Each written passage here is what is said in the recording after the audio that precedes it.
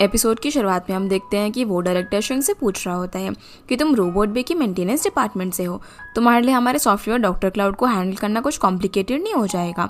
पर वो उसे एक बार ट्राई करने देने के लिए कहती है। अब वो अपने लैपटॉप के अंदर कुछ कोड वगैरह लिखती है, फिर वो उन्हें उनके कंप्यूटर के अंदर इंस्टॉल कर देती है, जिससे कि उनकी प्रॉब्लम सॉल्व हो जाती है और उनके सिस्टम में जो फेलियर हुआ था वो रीस्टोर हो जाता है।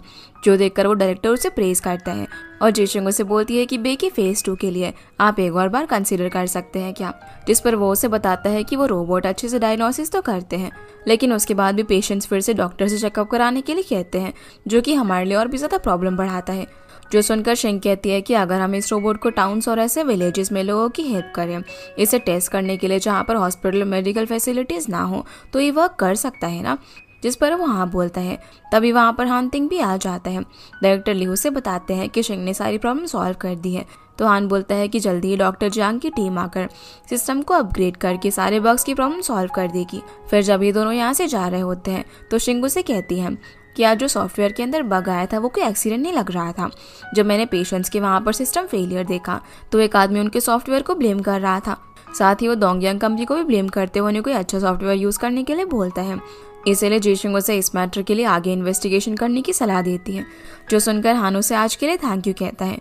तभी हान को शॉ का फ़ोन आता है। वो भी उसे यही सारी चीज़ें बताता है और बताता है कि किसी ने हमारे सिस्टम फेलियर की फ़ोटो अपलोड करी है। जो सुनकर वो उसे मैटर इन्वेस्टिगेट करने के लिए बोलता है और हान यहाँ पर फिर से जीशिंग को थैंक यू बोलता है। फिर वो उसे उसी के साथ चलने के लिए बोलता है कि वो उसे ड्रॉप कर देगा, लेकिन जीशिंग मना कर देती है। तो हान कहता है कि तुम गॉसिप को अवॉइड करने के लिए ऐसा कर रही हो ना। जिस पर वो हाँ बोलकर थोड़ी सी सैड होती है। ये देखकर हान कहता है कि तुम्हें लोगों की ओपिनियन की चिंता नहीं करनी चाहिए, तुम्हें जो करना है वो करो बिना किसी के भी बारे में सोचे हुए। ये बोलकर चला जाता है। तभी जीशिंग के पास एक ग्रैंडमा आती है, जो कि उसका फ़ोन मांगती है अपने बेटे को कॉल करने के लिए कि उसका डेंटल चेकअप हो गया है, क्योंकि उनके फ़ोन की बैटरी ख़त्म हो गई थी। तो जीशिंग उन्हें अपना फ़ोन दे देती है। वो अपने बेटे को कॉल करने के बाद जीशिंग से पूछती है कि क्या आज की प्रॉब्लम तुमने सॉल्व करी है। जिस पर वो हाँ बोलती है, जिस चीज़ के लिए वो ग्रैंडमा उसे थैंक यू कहती है कि तुम्हारी वजह से मेरा इतनी दूर आना वेस्ट नहीं हो पाया। और उसे बोलती है कि अगर तुम्हारे पास टाइम हो तो हमारे शिंटियान फिशिंग विलेज के अंदर ज़रूर आना। जो सुनकर जीशिंग बहुत ही ज़्यादा खुश होती है। जिसके बाद हम ऑफिस का सीन देखते हैं, जहाँ पर जैन जैंग दी से कह रहा होता है कि जीशिंग ने हान की डीबगिंग करने में मदद की। ये सुनकर जैंग कहती है कि वो भला ऐसे कैसे कर सकती है, अगर वो और ज़्यादा प्रॉब्लम कर देती तो भला हम क्या करते। वो उसे कहती है कि शिंग बहुत ही जल्दी प्रमोट हो रही है और तुम्हारी पोजीशन के लिए खतरा बनती जा रही है। तो चैन कहता है कि मैं उसे अच्छे से सबक सिखाऊंगा। ये कहकर चला जाता है। वो अब जीशिंग को अपने कैबिन में बुलाकर कहता है कि डॉक्टर क्लाउड अब बे के साथ काम करने वाले हैं, जिसके लिए मैंने तुम्हें साइन अप कर दिया है। ये सुनकर वो कहती है कि ये तो मार्केटिंग डिपार्टमेंट का काम है ना। वो उसे कहता है कि इससे तुम्हें अच्छा चांस मिलेगा अपने सुपीरियर को अपना हार्डवर्क दिखाने का, और अब मैं तुम्हारी प्रमोशन की बात फिर से करूंगा। तभी वो बोलती है कि प्रमोशन की बात तो तुमने पहले भी की थी ना। तो वो उसे बोलता है कि हाँ वो मैं करने वाला था, लेकिन तुमने जो इतना बड़ा सीन क्रिएट किया उसके बाद मैं कुछ भी नहीं कर सकता था, और मोस्टली अभी तुम्हें प्रमोशन भी नहीं मिलेगी, यहाँ तक कि तुम्हारे जो प्रोजेक्ट का बोनस है वो भी रिड्यूस हो जाएगा। ये सुनकर शिंग कहती है कि मैं विक्टिम हूँ, तो भला मुझे ये सब क्यों सहना पड़ रहा है, और तुम सच कह रहे हो क्या उस पार्टी की वजह से मुझे प्रमोशन नहीं मिल रहा, या फिर मुझे कभी प्रमोशन मिलना ही नहीं वाला था। ये बोलकर वो उसे कह देती है कि मैंने तुम्हारी सारी बातें सुन ली थी, पर वो उसे झूठ बोलने लग जाता है कि नहीं नहीं ऐसा कुछ भी नहीं है, तुमने गलत सुना होगा। जो सुनकर जीशिंग गुस्सा होकर वहाँ से जैंग के पास जाती है और उससे पूछती है कि मैं इंजीनियर हूँ तो मुझे मार्केट और मेंटेनेंस डिपार्टमेंट का काम क्यों करना पड़ रहा है। जिस पर वो बिना कुछ रिएक्शन दिए कहती है कि ये तो तुम्हारा डायरेक्टर चेन ने दिया था ना तुम्हें, तुम भला मेरे पास क्यों आ रही हो। वो कहती है कि मैं जब से यहाँ पर आई हूँ तब से बे प्रोजेक्ट पर काम कर रही हूँ, लेकिन अभी मुझे दूसरा काम भी करना पड़ रहा है, मेरी भी एक लाइफ है और मेरा बोनस भी कैंसिल कर रहे हैं। पर जैंग यहाँ पर उसे इग्नोर करने की कोशिश करती है और बोलती है कि क्योंकि चेन ने जू की साइड ली थी इसी वजह से तुम बहाने लगाकर उसकी कंप्लेन कर रही हो ना, तुम बहुत ही ज़्यादा नैरो माइंडेड हो। पर जेशिंग उसे समझाती है कि ऐसा कुछ भी नहीं है, पर जैंग उस पर चिल्लाकर कहती है कि तुम टैलेंटेड हो लेकिन तुम फ्यूचर का भी सोचो, और हमारी जैसी कंपनी तुम्हें कहीं पर भी नहीं मिलेगी जो कि तुम्हें अपने ड्रीम के लिए सपोर्ट कर रही है। ये सुनकर शिंग सैड होकर चली जाती है और अपने डेस्क पर जाकर सारी बातों को याद करके बहुत ही ज़्यादा दुखी होती है। तभी चैन आकर उसे प्रोजेक्ट की फाइल भेजने के लिए बोलता है, पर वो कोई भी जवाब नहीं देती। तो वो उसे यहाँ पर गुस्सा होने से मना करता है और बोलता है कि अगर ये बे प्रोजेक्ट सक्सेसफुल हो गया तो हम दोनों का ही प्रमोशन होगा। इन छोटी सी चीज़ों की वजह से तुम भला जैंग दी से क्यों झगड़ा कर रही हो, तुम्हारे आने वाले फ्यूचर के लिए अच्छा नहीं होगा। जो सुनकर शिंगू से फेज 2 का प्रपोजल मेल कर देती है और जॉब छोड़ने का बोलकर अपना कार्ड फेंक कर वहाँ से चली जाती है, जिसे इस तरीके से जाते हुए हान देख लेता है, लेकिन वो उस पर भी ध्यान नहीं देती और सीधा चली जाती है, जिसे ऐसे देखकर हान समझ जाता है कि उसने रिजाइन कर दिया है। और क्योंकि उसे जिशिंग को डॉक्टर जियांग की टीम के अंदर ज्वाइन कराना था, इसीलिए वो उसका रिज्यूमे डायरेक्टली एचआर को भेजने के लिए बोल देता है। इधर जिशिंग रास्ते में चलते हुए यीचन को फोन कर रही होती है कि उसने जॉब छोड़ दी है। वो कहती है कि उन्हें फ्लैट खरीदना अभी कुछ टाइम के लिए होल्ड करना पड़ेगा। तो यीचन उसे कहता है कि कोई बात नहीं है, अगर तुमने जॉब छोड़ भी दी ना तो मेरे लिए तुम्हारी खुशी ज्यादा मैटर करती है, और उसे अच्छे से रेस्ट करने के लिए कहता है। तभी यीचन का कलीग आकर उससे बोलता है कि ये काम तुम सेमिनार की बात कर सकते हो, पर वो कहता है कि सेमिनार होने के बाद मैं शिंगांग जा रहा हूँ। और अपने कलीग के जाने के बाद वो अपने बैग से एक डायमंड रिंग निकाल कर देखने लग जाता है, जो कि उसने जिशिंग को प्रपोज करने के लिए खरीदी थी, और वो काफी ज्यादा खुश हो रहा था। अब अगले दिन जिशिंग सोफे पर ऐसे पड़ी हुई थी, जिसे ऐसे देखकर उसकी रूममेट पूछती है कि अभी तक तुम काम के लिए नहीं गई हो। तो वो उसे बता देती है कि उसने जॉब छोड़ दी है। ये सुनकर वो शौक होकर पूछती है कि यीचन को पता है इस बारे में। तो बोलती है कि हाँ उसे पता है, और उसने मुझे फिलहाल आराम करने के लिए बोला है, तो मैं वही कर रही हूँ। उसी वक्त उसे जीजू का वॉइस मैसेज आता है, जिसमें वो उसे बताता है कि उसने उसके प्रपोजल को थोड़ा सा मॉडिफाई किया है, और क्या तुम उसे आकर देख सकती हो। तो वो फटाफट से उठकर उससे मिलने के लिए चली जाती है। अभी दोनों वापस से कैफे के अंदर मिलते हैं, जहाँ पर वो बहुत ही ज्यादा खुश होता है जब उसे पता चलता है कि जिशिंग ने रिजाइन कर दिया है और उसे फिर से उसके 3D प्रिंटिंग बिजनेस में पार्टनर बनने के लिए कहता है। जिशिंग भी बोलती है कि मुझे टाइम चाहिए, मैं अभी कुछ भी करना नहीं चाहती। तो वो उसे यहाँ पर कॉलेज टाइम की बात याद कराता है। उसी वक्त जिशिंग को उसी ग्रैंडमा का फोन आ जाता है, जो कि उसे हॉस्पिटल में मिली थी। वो उसे बोलती है कि मेडिसिन लेने के बाद भी मेरे दांत में दर्द हो रहा है, तो मुझे क्या करना चाहिए, क्योंकि हमारे विलेज से हॉस्पिटल बहुत ही दूर है। अभी मैं थोड़े टाइम ये दवाई खा लूँ या फिर मैं हॉस्पिटल जाऊँ वापस से चेकअप कराने के लिए। तो शिंगू से बोलने लग जाती है कि वो इस सब में उसकी मदद नहीं कर सकती, क्योंकि वो कोई डॉक्टर नहीं है, और उसे हॉस्पिटल में जाने के लिए कहती है। तो ग्रैंडमा कहती है कि तुमने कल वो प्रॉब्लम सॉल्व कर दिया था, जिससे कि मुझे लगा कि तुम डॉक्टर होंगी। अब वो उसकी मदद करने के लिए उसे थैंक यू बोलती है और कॉल रख देती है, और जीजू का प्रपोजल देखने में लग जाती है। जिसके बाद हम जिशिंग को उसकी रूममेट्स के साथ देखते हैं, जहाँ पर लिली उसे बोलती है कि उसका एक क्लाइंट अपनी कंपनी के अंदर सॉफ्टवेयर इंजीनियर ढूंढ रहा है, तो क्या मैं तुम्हें वहाँ पर रिकमेंड करूँ। पर वो उसे मना कर देती है और बोलती है कि मेरा एक जूनियर है जो कि मुझे अपने साथ स्टार्टअप में काम करने के लिए कह रहा है। मैं उससे बहुत ही ज़्यादा इंस्पायर हुई हूँ। ये सुनकर वो लोग बोलने लग जाते हैं कि तुम पागल हो क्या, उसके लिए कितने पैसे लगेंगे पता भी है तुम्हें। पर जिशिंग फिलहाल उन्हें ये सब सोचने के लिए मना करती है। उसी वक्त उसे ऑफिस की तरफ से बिजनेस ट्रिप पर जाने के लिए मैसेज आता है, जहाँ उसे शिंटियान विलेज में जाना था, क्योंकि अभी तक उसका रिजाइन प्रोसेस नहीं हुआ था और ये काम कोई भी नहीं करने वाला था, इसीलिए उसे दिया गया था। तभी उसकी फ्रेंड्स बोलने लग जाती है कि इस विलेज की सीनरी तो बहुत ही ज़्यादा अच्छी है, तो वो लोग वहाँ पर साथ में चलते हैं। लेकिन जिशिंग कुछ सोच रही थी। अगले दिन हान का असिस्टेंट उसे कुछ रिपोर्ट देता है, जिसमें ये डिटेल्स थी कि वे रोबोट कहाँ पर टेस्टिंग के लिए जा रहा है। तभी वो देखता है कि जिशिंग फिशिंग विलेज के अंदर जा रही है उस रोबोट की कैंपिंग के लिए, इसीलिए वो भी वहाँ पर जाने का डिसाइड करता है, जो देखकर उसका असिस्टेंट स्माइल करने लग जाता है और उसके लिए सारे अरेंजमेंट करता है। अगले दिन अब जैसे ही जिशिंग बस से उतरकर उस फिशिंग विलेज के अंदर पहुंचती है, तभी उसे वहां पर हानतिंग मिल जाता है, जो कि उसका लगेज लेकर कहता है कि मैं तुम्हें लोकेशन पर लेकर चलता हूँ। वो अब उसके साथ चलते चलते यहाँ पर बातें कर रहा होता है और बोलता है कि तुम यहाँ पर रिजाइन करने के बाद भी काम करने के लिए आई हो। तो बोलती है कि मैंने कमिट किया था कि मैं अपने लास्ट डेज में भी अच्छे से काम करूंगी। तब हान उसे बताता है कि डॉक्टर जियांग जो है वो एआई और डॉक्टर क्लाउड में काम करने वाले हैं। ये सुनकर वो उसे प्रेज करती है। तो हान उसे खुश होकर कहता है कि तुम मेरी कंपनी डोंगयान को ज्वाइन कर लो, और डॉक्टर जियांग को भी पता चल गया है कि तुम्हें उस दिन सॉफ्टवेयर के अंदर जो डीबगिंग की प्रॉब्लम थी वो सॉल्व की थी, इसीलिए वो चाहते हैं कि तुम उनकी टीम को ज्वाइन करो। तो शिंगू से बताती है कि कंपनी में मेरे कॉन्ट्रैक्ट के अकॉर्डिंग मैं फिलहाल किसी भी कंपनी के साथ ऐसे किसी प्रोजेक्ट पर काम नहीं कर सकती। तो हान बोलता है कि वो सब मैं इनवैलिड करा दूंगा, तुम उसकी टेंशन मत लो, और तुम्हें यहाँ पर सैलरी भी अपनी पुरानी जॉब से अच्छी मिलेगी। पर जिशिंग बोलती है कि फिलहाल मैं कंफ्यूज हूँ।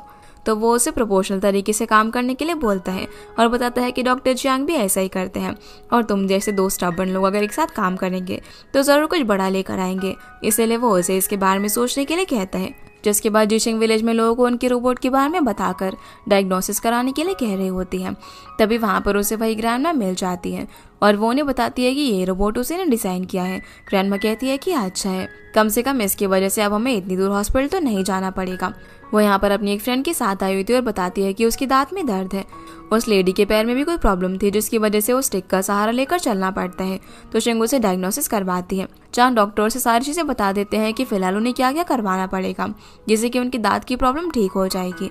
इधर हान विलेज की चीफ से बात कर रहा होता है, जहाँ वो चीफ उससे कहता है कि इस डॉक्टर क्लाउड का वो लोग अच्छे से यूज़ करेंगे और उसे थैंक यू बोलता है।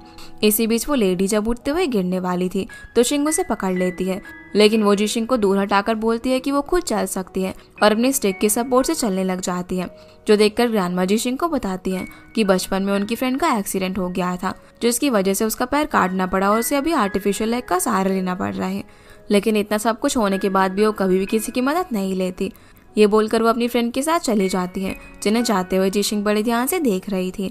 तभी हान उसके पास आता है और उससे पूछता है कि क्या सोच रही हो। तो बोलती है कि वो खुश है कि उसने जो रोबोट बनाया है वो लोगों की हेल्प कर रहा है और फिर से काम में लग जाती है। जिसे खुश देखकर हान कॉलेज के टाइम के बारे में याद करने लग जाता है कि कैसे वो उस वक्त भी एआई के थ्रू लोगों की मदद करना चाहती थी। जिसके बाद हम देखते हैं कि जिशिंग जिस गेस्ट हाउस के अंदर रुकी हुई थी वहाँ पर वो ग्रैंडमा उसके लिए कुछ विश लेकर आ जाती है और बोलती है कि मेरी फ्रेंड ने तुम्हारे लिए भेजा है उसकी मदद करने के लिए, तुम इसे रख लो नहीं तो वो सैड हो जाएगी, इसीलिए वो उन्हें रख लेती है। जिशिंग अब यहाँ पर उनसे दूसरी ग्रैंडमा के बारे में पूछती है कि उन्हें चलने में भी प्रॉब्लम हो रही है। तो ग्रैंडमा बताती है कि वो अनकंफर्टेबल है क्योंकि वो जो आर्टिफिशियल लेग उन्हें लगा हुआ है वो उनके साइज का नहीं है। उन्हें कस्टमाइज आर्टिफिशियल लेग बनवाना पड़ेगा, लेकिन उसके लिए बहुत ही ज्यादा पैसा खर्च आएगा, इसीलिए उन्होंने वो नहीं लगवाया। ये सुनकर शिंग सैड हो जाती है और बोलती है कि हमारी मेडिकल स्किल्स अच्छी हो रही है और क्या पता जल्दी उन्हें इस चीज का सोल्यूशन भी मिल जाए। जो सुनकर ग्रैंडमा उसे थैंक यू बोलकर वहां से चली जाती है। शिंग अब रात को सी साइड के पास होती है, जहाँ पर ग्रैंडमा ने जो उस लेडी की बात बताई थी उसे याद कर रही थी और वो जीजू की बातों के बारे में भी सोच रही होती है कि फिलहाल उसे क्या करना चाहिए। तभी वहाँ पर हान आ जाता है। वो उससे पूछता है कि तुम यहाँ पर क्या कर रही हो। तो बोलती है कि मुझे नींद नहीं आ रही थी इसलिए हवा खाने के लिए आई हूँ। जब जिशिंग उससे पूछते है कि तुम यहाँ क्या कर रहे हो तो वो भी उसे यही जवाब देता है। जिशिंग अब आसमान को देखते हुए बोलने लग जाती है कि ये वास्ट यूनिवर्स हमें कितना छोटा फील करवाता है। तो हान बोलता है कि छोटा होने में कोई प्रॉब्लम नहीं है अगर हम मीनिंगफुल लाइफ जिए तो, और अगर हम छोटे एफर्ट्स करते रहेंगे तो इससे हम काफ़ी डिफरेंस बनाते जाते हैं। जो सुनकर शिंग उसे देखने लग जाती है और उससे पूछती है कि क्या उसे अभी भी याद है, क्योंकि ये सारी लाइन्स जिशिंग ने अपनी स्कूल स्पीच के अंदर बोली थी। तो हान बोलता है कि मुझे तो ये भी याद है कि कैसे ट्रॉफी मिलने के बाद तुम इतनी ज़्यादा खुश थी, और याद करता है कि कैसे ट्रॉफी मिलने के टाइम वो सिर्फ उसे ही देख रहा था। तो शिंग बोलती है कि वो टाइम कितना अच्छा था, हमारे पास आइडिया था, एम्बिशन था, सब कुछ था, हमें सिर्फ आगे बढ़ते रहना था। तो हान उससे कहता है कि जब तुम थोड़े दूर आ जाते हो तो अपने ड्रीम को ही भूल जाते हो, लेकिन जो अपनी ड्रीम से जुड़ा हुआ रहता है वही कुछ कर पाता है। ये सुनकर शिंग कहती है कि अब मैंने डिसाइड कर लिया है कि लोगों की हेल्प करना मेरा ओरिजिनल ड्रीम था हेल्थ केयर के साथ। तो हान उसे इसके लिए हार्ड वर्क करने के लिए बोलकर वापस से गेस्ट हाउस में चलने के लिए कहता है और दोनों चले जाते हैं। अगली सुबह जिशिंग बस में बैठकर अपने घर जाने के लिए निकल जाती है, जिसे हान स्माइल करते हुए बाय करता है। तभी उसे शॉ का कॉल आता है जो उससे पूछता है कि क्या तुमने जिशिंग को मना लिया हमें ज्वाइन करने के लिए। इस पर वो हाँ बोलता है कि वो हमें ज्वाइन ज़रूर करेगी। ये बोलकर वो भी उस विलेज से चला जाता है, लेकिन जिशिंग तो यहाँ से वापस जाने के बाद सीधा जो से जाकर कहती है कि वो उसके साथ कंपनी स्टार्ट करेगी। जो सुनकर वो बहुत ही ज़्यादा खुश होता है। तभी उसे डोंगयांग मेडिकल से ऑफर लेटर आ जाता है, जिसे देखकर वो एकदम हैरान हो जाती है। इधर हान शाओ के साथ बास्केटबॉल खेल रहा होता है, जहाँ वो एक भी बास्केट शाओ को नहीं करने देता, जिसे शाओ कहता है कि तुम्हारे अंदर इतनी एनर्जी इसीलिए आई है कि शिंग तुम्हारे साथ काम करने वाली है। तभी उसे शिंग का कॉल आता है और वो स्माइल करके उसका कॉल पिक करता है, पर उसकी कॉल उठाते उसकी स्माइल गायब हो जाती है, क्योंकि जिशिंग ने उसके साथ काम करने के लिए मना कर दिया था और अब वो खुद की कंपनी स्टार्ट करने वाली थी। जो देखकर शाओहान को मारते हुए कहता है कि तुम उसके ओरिजिनल ड्रीम को परसीव करने के लिए उसके पीछे उस विलेज तक गए और अभी वो अपनी कंपनी स्टार्ट कर रही है। पर हान कुछ भी नहीं बोलता और फिर से बास्केटबॉल खेलने लग जाता है। इधर जो जिशिंग से बोल रहा होता है कि तुम्हें ये ऑफर डोंगयान कंपनी से मिला है और तुम श्योर हो कि तुम उसे रिजेक्ट कर रही हो। तो शिंग कहती है कि मैंने डिसाइड कर लिया है और दोनों खुश हो जाते हैं। वो उससे पूछता है कि क्या तुमने ये बात ये जंग को बताई है। तो बोलती है कि वो कुछ दिनों में वापस आ रहा है, तो मैं उसे सामने से मिलकर ही बता दूंगी और वो मुझे ज़रूर से सपोर्ट करेगा। अब वो जैसे ही घर पहुंचती है तो घर के बाहर ईजंग खड़ा हुआ था, जहाँ पर दोनों एक दूसरे को देखकर बहुत खुश होते हैं और हक करते हैं। उसके पूछने पर ईचन बताता है कि उसका काम जल्दी खत्म हो गया, इसलिए वो वापस आ गया। अब घर में जाकर ईचंग उससे कहता है कि तुम ऐसे देखकर मैं रिलीफ हूँ, मुझे तो लगा था कि तुम जॉब छोड़ने की वजह से अभी तक सैड होगी। पर जीशिंग उसे बताती है कि वो 3D प्रिंटिंग का स्टार्टअप कर रही है। ये सुनकर ईचंग की स्माइल ही गायब हो जाती है। वो उसे बोलता है कि कंपनी स्टार्ट करना इतना आसान नहीं है, मैं नहीं चाहता कि तुम गुस्से में कोई भी डिसीजन ले लो। तो शिंग कहती है कि मैं अच्छे से सोच लिया है इसके बारे में। ईचंग उसे बोलता है कि मैं तुम्हें पूरी तरीके से सपोर्ट करूंगा, तुम्हारा कोई भी डिसीजन हो, और बोलता है कि मैं एक ऑर्थोपीडिक सर्जन हूँ जिसका आगे ब्राइट फ्यूचर है, तो मैं तुम्हारी हेल्प जरूर करूंगा। उसे उन दोनों के फ्यूचर को भी ध्यान में रखने के लिए बोलता है। अब रात में हम जीशिंग और उसकी फ्रेंड्स को देखते हैं, जिन सभी के लिए ईचन डिनर बना रहा था, और वहाँ पर इन लोगों की एक और फ्रेंड शूजी भी आ जाती है, जहाँ पर शिंग सभी के सामने बोलती है कि मैं अभी 28 साल की हो गई हूँ और मैं इसे और डिले नहीं कर सकती। जो सुनकर ईचन अपने पास से रिंग निकालने वाला होता है, जो चीज़ शूजी भी देख लेती है। पर तभी शिंग कहती है कि वो अपना बिजनेस स्टार्ट कर रही है। ये सुनकर ईचन अपनी पॉकेट के अंदर रिंग वापस रख लेता है और सभी लोग हैरान हो जाते हैं। उसकी रूममेट कहती है कि मुझे लगा था कि तुम अपनी मैरिज की अनाउंसमेंट करने वाली हो। तो शिंग उन्हें बताती है कि कैसे वो विलेज में उस लेडी से मिली और वो ऐसे ही लोगों की 3D प्रिंटिंग की मदद से हेल्प करना चाहती है। जो सुनकर ईचन थोड़ा सा सैड होता है और शूजी जीशिंग से कहती है कि फिर तो तुम अपना सारा टाइम और पैसा कंपनी में लगाओगी, तो जो तुम फ्लैट खरीदना चाहती थी उसका क्या। लिली भी उसे बोलती है कि अगर तुम फेल हो गई तो। इस पर जीशिंग कहती है कि चाहे आउटकम कुछ भी हो, मैं एक बार ट्राई करना चाहूंगी, जॉब करके मरने से तो अच्छा ही है कि मैं अपने बिजनेस में फेल हो जाऊं। और ईचंग की तरफ देखकर बोलती है कि अगर मैं सक्सेसफुल हो गई तो ईचंग उसे हक करके कहता है कि मैं तुम्हें पूरी तरीके से सपोर्ट करूंगा। जिन्हें ऐसे देखकर लिली बोलने लग जाती है कि तुम तो काफ़ी ज़्यादा लकी हो जो कि तुम्हें ईचंग जैसा बॉयफ्रेंड मिला है जो कि तुम्हें हर चीज़ में सपोर्ट करता है। तभी ईचंग उसे अपना कार्ड निकाल कर देता है जिसमें उसने फ्लैट की डाउन पेमेंट के लिए पैसे सेव किए हुए थे ताकि इससे वो अपना बिजनेस स्टार्ट कर सके। जो देखकर उसके फ्रेंड्स बोलने लग जाते हैं कि हम तो तुमसे बहुत ही ज़्यादा जेलस है, काश हमें भी एक ऐसा बॉयफ्रेंड मिल जाए। अब डिनर के बाद जब ईचंग बर्तन साफ कर रहा था तभी शूजी उसकी हेल्प करने के लिए वहाँ पर आ जाती है। वो उससे कहती है कि क्या तुम सच में शिंग को सपोर्ट कर रहे हो, मुझे लगता है कि इस समय शिंग को बहुत ही ज़्यादा सफ़र करना पड़ेगा। तो ईचंग कहता है कि वो करना चाहती है तो कर सकती है और अगर फेल हुई तो मैं उसकी हेल्प करूँगा। शूजी कहती है कि मतलब तुम्हें भी यही लगता है कि वो फेल होगी। ईचंग कहता है कि उसका टेम्परामेंट तो तुम जानती हो ना, अगर वो एक बार ट्राई नहीं करेगी तो लाइफ में सेटल डाउन नहीं करेगी, इसीलिए मैं उसे ये करने देना चाहता हूँ। ज़्यादा से ज़्यादा वो थोड़ा पैसा ही तो वेस्ट करेगी ना। जो सब कुछ जीशिंग सुन लेती है और थोड़ी सैड होकर ईचंग का जो कार्ड था उसके कोट में वापस रख देती है। अगले दिन हान का सेक्रेटरी उसे ऑफिस में बताते हैं कि जीशिंग अपने ऑफिस से सारा सामान लेकर अभी जा रही है। तो हान उससे मिलने के लिए अपने कैबिन से निकलकर चला जाता है। इधर जीशिंग भी अपना सारा सामान लेकर अपने कलीग्स को बाय बोलकर वहां से चली जाती है और जैसे ही वो ऑफिस के ग्राउंड फ्लोर पर पहुंचती है तो उसे ईचंग का कॉल आता है ये पूछने के लिए कि तुमने मेरा कार्ड वापस क्यों किया। तो बोलती है कि मेरी सेविंग्स काफ़ी है बिजनेस स्टार्ट करने के लिए और अगर मुझे कभी ज़रूरत होगी तो मैं तुमसे पैसा मांग लूँगी। तो ईचंग उसे बोलता है कि मैं तुम्हारा स्ट्रॉन्गेस्ट बैकअप रहूँगा और फ़ोन कट करता है, लेकिन उसके चेहरे से देखकर ऐसा बिल्कुल भी नहीं लग रहा था कि वो खुश है। वहीं जीशिंग कैफ़े में जाकर अपने लिए स्ट्रॉबेरी केक ऑर्डर करती है तो हान वहाँ पर आकर उसे बोलता है कि तुम खराब मूड में हो क्या, क्योंकि जब भी तुम स्ट्रॉबेरी केक खाती हो उस वक्त ऐसा ही होता है। वह अब उससे यहाँ पर उसके स्टार्टअप कंपनी के बारे में पूछता है तो बताती है कि वो 3D प्रिंटिंग का बिजनेस करना चाहती है और उसे कोई एडवाइस देने के लिए पूछती है। पर वो बोलता है कि मैंने तुम्हें एडवाइस दी तो तुम कंपनी स्टार्ट कर रही हो और अगर कोई और एडवाइस दी तो तुम बहुत ज़्यादा एरोगेंट हो जाओगी। तो जीशिंग बोलती है कि हाँ पता है कि मैंने तुम्हारा ऑफर रिजेक्ट किया, लेकिन मैं सच में बिजनेस करना चाहती हूँ। तो हान बोलता है कि हाँ मैं उस सब के लिए यहाँ पर नहीं आया हूँ, मैं ये देखने के लिए आया हूँ कि तुम कैसे हारती हो। जो सुनकर शिंग कहती है कि तुम्हारी प्रॉब्लम क्या है, तुम्हें कैसे पता कि मैं फेल हो जाऊंगी। तो हान उसे यहाँ पर रीज़न देने लग जाता है कि वो क्यों फेल हो सकती है और उससे पूछता है कि इससे पहले तुम मेडिकल रोबोट बनाती थी लेकिन अभी अपनी कंपनी स्टैब्लिश करना चाहती हो और तुम्हें क्या लगता है कि तुम सक्सीड हो पाओगी। तो शिंग उसे बोलती है कि जर्मनी जाने से पहले क्या तुम्हें फ्लुएंटली जर्मनी बोलनी आती थी, तब वहाँ पर जब उस एनवायरनमेंट में रहे तभी तो सीखे ना, ऐसे ही मैं भी सीख जाऊंगी। ये बोलकर अपना सामान लेकर वहाँ से चली जाती है। तभी हान को उसके असिस्टेंट का कॉल आता है कि डॉक्टर जंग जीशिंग के बारे में पूछ रहे हैं कि वो हमारी टीम कब से ज्वाइन करेगी। तो हान कहता है कि उनसे कह दो मैं किसी और को उनकी टीम में इंट्रोड्यूस करवा दूंगा, क्योंकि उसे पता था कि अब जीशिंग उसके साथ बिल्कुल भी काम नहीं करने वाली है। अगले दिन अब जू शिंग को लेकर एक घर के सामने आता है और बताता है कि हम यहाँ पर अपना काम स्टार्ट करेंगे। जो देखकर वो उसका रेंट पूछती है तो बताता है कि मेरे पापा ने सबसे पहले यहाँ पर बिजनेस स्टार्ट किया था, तो हमें रेंट देने की कोई भी ज़रूरत नहीं है और अब उन्हीं की तरह हम भी अपना बिजनेस यहाँ पर स्टार्ट करेंगे। जो सुनकर वो बहुत ज़्यादा खुश होती है, लेकिन जैसे ही वो लोग दरवाज़ा खोलते हैं तो अंदर की सारी धूल उनके ऊपर आ जाती है। वहाँ पर बहुत ज़्यादा सामान वगैरह पड़ा हुआ था। पर शिंग खुश होकर बोलती है कि अरे कोई बात नहीं, हम इसे साफ़ कर लेंगे। फिर वो उसे अपना सेविंग कार्ड देती है कंपनी शुरू करने के लिए, पर वो मना कर देता है और कहता है कि मेरे डैड ने मुझे कुछ सरप्राइज़ दिया है जो कि उसे यहाँ पर रखे हुए एक लेटर में मिलेगा। अब जैसे ही वो उस लेटर को खोल कर देखता है तो उसमें लिखा था कि मैं तुम्हें कुछ भी पैसे नहीं दे रहा हूँ और ना ही तुम्हारी कोई कॉल उठाऊंगा।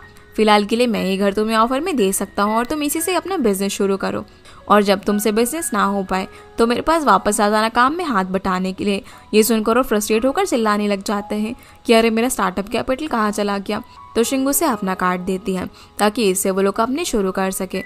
पर उसे ये पैसे लेते हुए काफ़ी ज़्यादा बुरा लग रहा था क्योंकि ये जीशिंग के घर की सेविंग के पैसे थे। तो जीशिंग उसे बोलती है कि अगर तुम्हें इतना ही बुरा लग रहा है तो मेरे साथ बहुत ज़्यादा मेहनत करो, जिसके लिए वो मान जाता है और अब दोनों साथ में मिलकर अच्छे से सफाई करके वहाँ पर अच्छे से अपना सेटअप वगैरह बना लेते हैं और सोचने लग जाते हैं कि कैसे वो यहाँ पर अच्छे से काम करेंगे, कैसे यहाँ पर उनके एम्प्लॉयज़ वगैरह होंगे। फिर जो उसे रूफटॉप पर लेकर जाता है जो कि बहुत ही ब्यूटीफुल थी, जहाँ पर उन्हें डायरेक्टली सामने बड़ी बड़ी बिल्डिंग दिखाई दे रही थी। जिसके बाद हम जीशिंग को अपने घर पर देखते हैं जब वो काम कर रही थी। तो यीचंग उसे अपनी हेल्थ का ख्याल रखने के लिए भी बोलता है और अपनी टेबल पर बैठकर बुक रीड करने लग जाता है। तो शिंगो से बताती है कि कैसे जब वो आज ऑफिस की रूफटॉप पर थी तो मैंने सोचा कि ये वो जगह है जहाँ से मेरा ड्रीम स्टार्ट होगा, पर यीचंग कुछ भी नहीं बोलता। तो शिंगो से पीछे से हक करके कहती है कि तुम आना चाहोगी वहाँ पर वो मना कर देता है और बोलता है कि मेरे पास तो अपना एक स्टार है जिसे मैं रोज़ देख सकता हूँ। अगले दिन हान का असिस्टेंट उसे जीशिंग ने जो अपनी शिंगचैंग कंपनी का फोरम बनाया था उसे दिखाता है। ये देखकर वो कहता है कि ये लड़की तो सच में अपना सर दीवार पर मारना चाहती है। दूसरी तरफ जो अपने कॉलेज के 2 जूनियर को काम करने के लिए वहाँ पर लेकर आता है और शिंग से मिलवाता है। तो शिंग उन्हें काम समझाने लग जाती है कि उन्हें क्या क्या करना है, जिसके बाद वो जो के साथ इन्वेस्टमेंट की बात करने के लिए उसे लेकर जाती है। दूसरी तरफ हान अकेले ही बास्केटबॉल खेल रहा था और शाओ से आकर बताता है कि तुम्हारी जीशिंग इन्वेस्टर के पास जा रही है, मुझे भी उसका प्रपोजल आया है। पर हान कहता है कि तुम्हें भी पता है ना कि इन्वेस्टर कैसे होते हैं, फ्लैशी बट एकदम यूजलेस। अब जैसे जैसे हान बता रहा होता है जीशिंग भी ठीक वैसे ही इन्वेस्टर से मिल रही होती है। कोई उनसे बहुत ज़्यादा शेयर्स मांग रहा होता है तो कोई उनका प्रपोजल चुराने की कोशिश कर रहा होता है। इतने दिनों में उन्हें एक भी ढंग का बंदा नहीं मिल पाता जो कि उनके बिजनेस में पैसे इन्वेस्ट कर सके। तो शाओ यहाँ पर हान से पूछता है कि क्या तुम उसके बिजनेस में इन्वेस्ट करोगे। इस पर हान बोलता है कि हाँ ज़रूर, लेकिन अगली बार।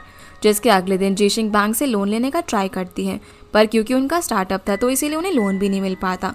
अब वो अपने अकाउंट का बैलेंस देखकर हान की बात याद करती है कि उसका स्टार्टअप कैपिटल ज़्यादा दिन नहीं टिक पाएगा। उसी वक्त उसे जू कुछ बताने के लिए आता है। वो कहता है कि वो अभी प्रिंटिंग मशीन अफोर्ड नहीं कर सकते। उसी वक्त शिंग को हान के असिस्टेंट सॉन्ग का कॉल आ जाता है ये बताने के लिए कि हान उसे कल 12 बजे मिलना चाहता है, लेकिन वो मना कर देती है। जो ये सुनकर उसे बोलता है कि हम उसे इन्वेस्टमेंट के लिए तो मिल ही सकते हैं ना। जहाँ काफ़ी सोचने के बाद अब वो उसे मैसेज कर देती है कि कल वो उससे मिलने के लिए आ जाएगी। जिसके अगले दिन ये दोनों हान के ऑफिस में बैठे होते हैं, जहाँ पर जू देख रहा था कि उसका कितना बड़ा ऑफिस है। तभी वो उसके टेबल पर उनका प्रपोजल देखता है जिसमें उसने कुछ कमेंट्स लिखे हुए थे कि उनके बिजनेस में क्या क्या कमी है। तभी वहाँ पर हान आ जाता है। जू से कहता है कि मुझे यकीन नहीं हो रहा कि आपके पास हमारा प्रपोजल है। तो हान कहता है कि तुमने अपने प्रपोजल को ऐसे लीफलेट की तरह बांटा हुआ है, भला मैं इसे कैसे अवॉइड कर सकता था। जो सुनकर दोनों शांत हो जाते हैं और शिंगो से कहती है कि मैं तुम्हारे कमेंट्स पढ़े प्रपोजल पर जो कि बहुत ही अच्छे हैं। तो वो उसे बताती है कि उनके पास टैलेंट है लेकिन अभी से इन्वेस्टमेंट चाहिए। तो हान बोलते हैं कि पीपीटी दिखाकर तुम्हें इन्वेस्टमेंट चाहिए, तुम्हें क्या इन्वेस्टर्स एंजल लगते हैं। वो उसे कहता है कि इससे अच्छा तुम 3D प्रिंटिंग यहाँ पर क्यों नहीं करती हो, हम इसका डिपार्टमेंट यहाँ पर स्टैब्लिश करने वाले हैं और तुम लोग इसके इंचार्ज रहोगे। ये बोलकर उन्हें अपना प्रपोजल देता है, पर शिंग उस प्रपोजल को नहीं लेती लेकिन जो उसे उठाकर पढ़ने लग जाता है। शिंग अब यहाँ पर उससे पूछती है कि आखिर हमारे में प्रॉब्लम क्या है। तो हान बताता है कि तुम्हारे पास टैलेंट होगा और समझो चलो फंड्स भी आ गए, लेकिन सबसे बड़ी प्रॉब्लम है कि तुम्हारे पास ना सेल्स है और ना ही चैनल, जिसकी वजह से तुम अगर अपना प्रोडक्ट मार्केट के अंदर लेकर भी आ गई तो भला उसे बेचोगी कैसे। जो सुनकर शिंग उसे थैंक यू बोलती है ये सब बताने के लिए और कहती है कि आगे हम कभी साथ में काम करेंगे क्योंकि हम पहले फ्रेंड्स रह चुके हैं। पर वो उसे डायरेक्टली बोल देता है कि बिजनेस के अंदर कोई भी फ्रेंडशिप नहीं होती, या तो पार्टनर्स होते हैं या फिर एनिमीज। जो सुनकर शिंग पोलाइटली बोलती है कि ये तो हमारा ऑनर है कि हम आपके एनिमी बने, हान उसे बोलता है कि तुम इतनी कॉन्फिडेंट हो कि तुम सक्सीड करोगी। तो शिंग उसे बोलती है कि भले ही तुम्हें हमारी कंपनी में बहुत सारी प्रॉब्लम दिख रही होगी, लेकिन हम लोग गोल्ड है और गोल्ड हमेशा शाइन करता है।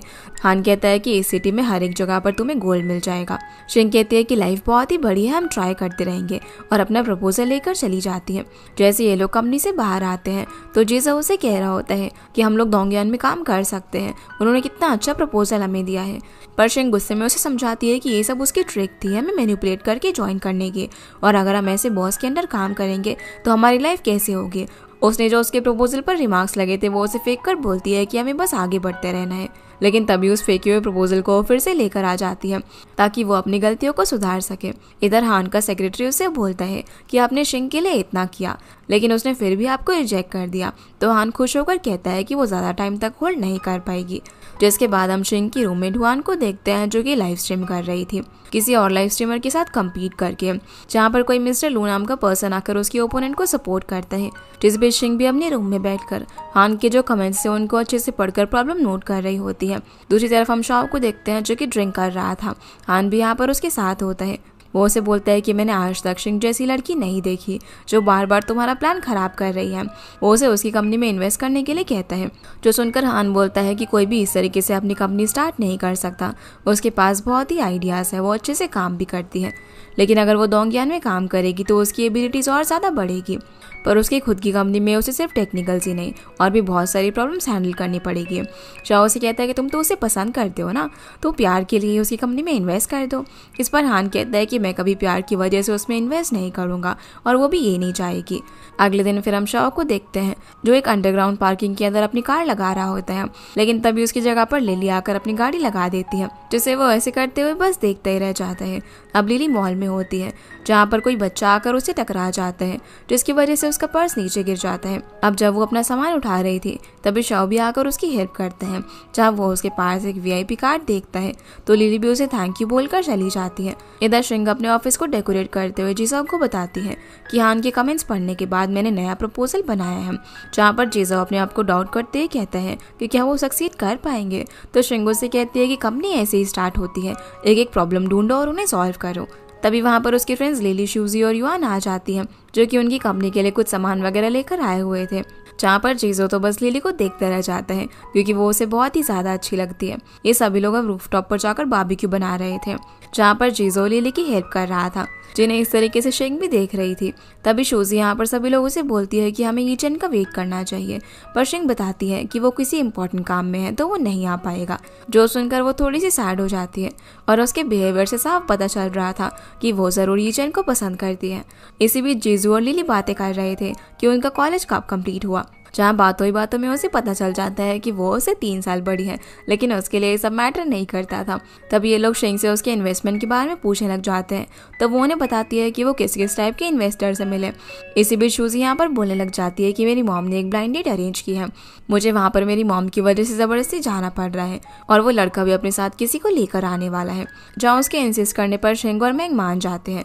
अगले दिन हम उस लाइव स्ट्रीम वाले लड़के मिस्टर लो को देखते हैं जो कि फ़ोन में गेम खेल रहा था। तभी हान उसे पिक करने के लिए आता है।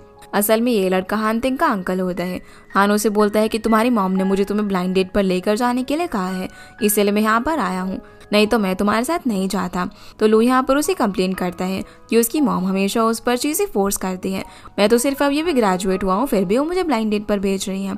तो हान उससे पूछता है कि क्या तुमने प्रपोजल रेडी कर लिया जो तुम अपना बार ओपन करना चाहते थे। ये सुनकर वो काफ़ी खुश होकर हाँ बोलता है कि आप इसके लिए मान गए और उसकी काफ़ी ज़्यादा तारीफ करने लग जाता है। पर हान उसे बोलता है कि अगर आज तुम ब्लाइंड डेट पर अच्छे से बिहेव करोगे तभी मैं तुम्हारा प्रपोजल एक्सेप्ट करूंगा और तुम्हें उस बार को मुझे अच्छे से रन करके दिखाना होगा। इसीलिए वो चुपचाप यहाँ पर बैठ जाता है। इसके बाद शूजी मैंग के साथ उसी होटल में आ जाती है जहाँ पर हान ने रूम बुक किया हुआ था। वहाँ पर पहले से लू और हान बैठे हुए थे, जहाँ पर लू अपने आप को और हान को इन लोगों से इंट्रोड्यूस करवाता है। तो शूजी भी खुद को इंट्रोड्यूस करती है और बताती है कि उसकी एक और फ्रेंड आ रही है जो कि ट्रैफिक में फंस गई है। जहाँ जैसे वो मैंग को देखता है तो उसे चिल्लाकर कहता है कि अरे तुम तो स्टार लेमन हो ना जो कि लाइव स्ट्रीम करती हो। वो कहती है कि अच्छा आपने मेरी लाइव स्ट्रीमिंग देखी है, और वो हंसने लग जाता है। और अब जब ये लोग आपस में बात कर रहे थे तभी हान को किसी का कॉल आ जाता है, इसलिए वो बाहर बात करने के लिए जाता है। अंदर ये लोग लाइव स्ट्रीमिंग की बातें कर रहे थे, जहाँ पर मैंग को याद आता है कि ये तो उसकी लाइव स्ट्रीम वाला मिस्टर लू है जो देखकर वो बोलती है कि तुम ही वो रिच इडियट हो ना, जो कि मुझे उस लड़की के साथ बुली कर रहे थे लाइव स्ट्रीम पर। तो लू कहता है कि वो लड़की बहुत ही ज्यादा काइंड है, जहाँ पर इन दोनों की बहस ना हो जाए, इसलिए शूजी उन्हें शांत करने की कोशिश करती है और दोनों गुस्सा होकर चुपचाप बैठ जाते हैं। बाहर हानशियाओ से बात कर रहा था, जहाँ पर वो उसे बताता है कि उसकी कजन इवान भी 3D प्रिंटिंग में इन्वेस्ट करने के लिए लोगों को ढूंढ रही है, वो भी तुम्हारे नाम से, जिस चीज को हान ने पहले ही गैस कर लिया था। और शाओ से ये भी बोलता है कि अगर उसने किसी अच्छी कंपनी में इन्वेस्ट किया तो हमारी हानाई टेक्नोलॉजी के लिए प्रॉब्लम हो सकती है। तो हान उसे बोलता है कि अगर वो किसी भी कंपनी में इन्वेस्ट करे तो उस कंपनी को रुइन कर दो। ये बोलकर फोन कट कर देता है। तभी वहाँ पर शिंग आकर हान को देखती है और सोचने लग जाती है कि मैं भला हर जगह पर इससे क्यों मिल जाती हूँ। हान उससे पूछता है कि क्या तुम यहाँ पर लंच करने के लिए आई हो? तो बोलती है कि मैं एक एंजल इन्वेस्टर से मिलने के लिए आई हूँ। ये बोलकर अपने रूम की तरफ जाने लगती है। तो हान भी उसके पीछे पीछे ही चल रहा था। अब दोनों उसी रूम की तरफ जा रहे होते हैं, जहाँ शिंग को लगता है कि ये ना इसका पीछा कर रहा है, इसलिए वो हान को पहले जाने के लिए बोलती है। अब वो जैसे ही जाकर रूम का दरवाज़ा खोलता है तो उसे पता चलता है कि जिस रूम में उसकी फ्रेंड का ब्लाइंड डेट है वो भी उसी रूम में है। इसीलिए वो भी चुपचाप स्माइल करते हुए टेबल पर आकर बैठ जाती हैं, जहाँ पर उसकी फ्रेंड्स हान को उसकी कंपनी के हालात के बारे में बताते हैं और इन्वेस्टर्स के बारे में भी बता देते हैं कि उसे कैसे कैसे इन्वेस्टर्स मिल रहे हैं। जो सब देखकर शिंग उन्हें रोकने की कोशिश करती है, लेकिन वो लोग शांति नहीं होते। मैंग तो यहाँ पर ये भी बता देती है कि उनमें से एक इन्वेस्टर तो बहुत ही ज़्यादा ट्रिकी था, जो सुनकर शिंग हंसते हुए उसे मारने लग जाती है। तो हान बोलता है कि अगर तुम्हें कुछ चाहिए हो ना तो मुझसे बात करना, जो सुनकर मैंग उन दोनों को वीचैट पर ऐड करने के लिए कहती है। सुनते ही हान फटाफट से उसे अपना कोड स्कैन करने के लिए दे देता है। तो शिंग को भी अब ना चाहते हुए उसे वीचैट पर ऐड करना पड़ता है। फिर जब ये लोग लंच के बाद जा रहे थे तब भी हान शिंग को स्माइल करके बाय बोलता है, जो चीज़ लो भी नोटिस कर लेता है और वो कार में हाथ से उससे पूछता है कि तुम जीशिंग को पसंद करते हो ना, पर वो कुछ भी नहीं बोलता और पूरे रास्ते सिर्फ पागलों की तरह मुस्कुराते रहता है। इधर घर में शिंग अपनी फ्रेंड्स को बता रही होती है कि वो जिस ट्रिकी इन्वेस्टर के बारे में उससे बता रही थी वो हान ही है। उसने लंच के टाइम पे कितनी बार उन लोगों को सिग्नल दिया कि वो इस सब के बारे में ना बात करे, लेकिन वो लोग फिर भी उसके बारे में बोले ही जा रहे थे। जो देखकर उसकी फ्रेंड्स उससे माफ़ी मांगती है, क्योंकि उन लोगों ने उसे बहुत ही ज़्यादा एम्बैरस फील करवाया, और बोलती है कि सच में हान तो बहुत ही ज़्यादा ट्रिकी है, कि कितने अच्छे से वो हम लोगों के सामने प्रिटेंड कर रहा था। जहाँ पर शूजी उन्हें बोल देती है कि वो अब वापस से लू से नहीं मिलने वाले, क्योंकि वो दोनों एक दूसरे के लिए नहीं बने हैं। जो सुनकर वो दोनों पूछते हैं कि भले वो कैसी लड़की को पसंद करती है, तो वो उन्हें बताती है कि जो जेंटल और पीसफुल हो और एकदम स्टेबल लाइफ जीता हो। अगर उसे खाना बनाना आता हो तो ये तो और भी अच्छा है। ये सुनकर मैंग बोलती है कि अरे ये तो ये जेन जैसा लड़का हुआ ना, जो सुनकर वो सैड हो जाती है। जिसके अगले दिन जीजो शिंग को ऑफिस में आकर बताता है कि कल उसे नए प्रपोजल को देने के बाद इन्वेस्टर खुश तो हुआ, लेकिन कोई एनालॉग प्रोडक्ट ना होने की वजह से उन्होंने कोई भी रिप्लाई नहीं दिया।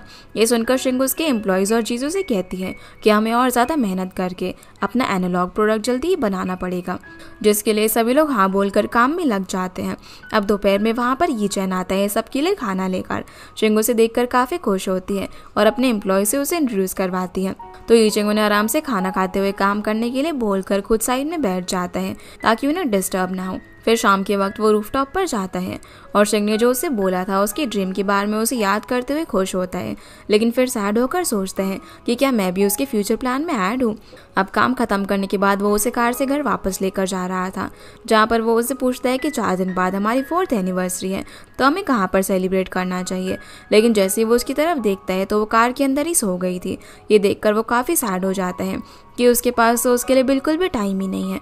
अब जैसे ही वो लोग घर पहुंचते हैं तो शिंग उठ जाती है।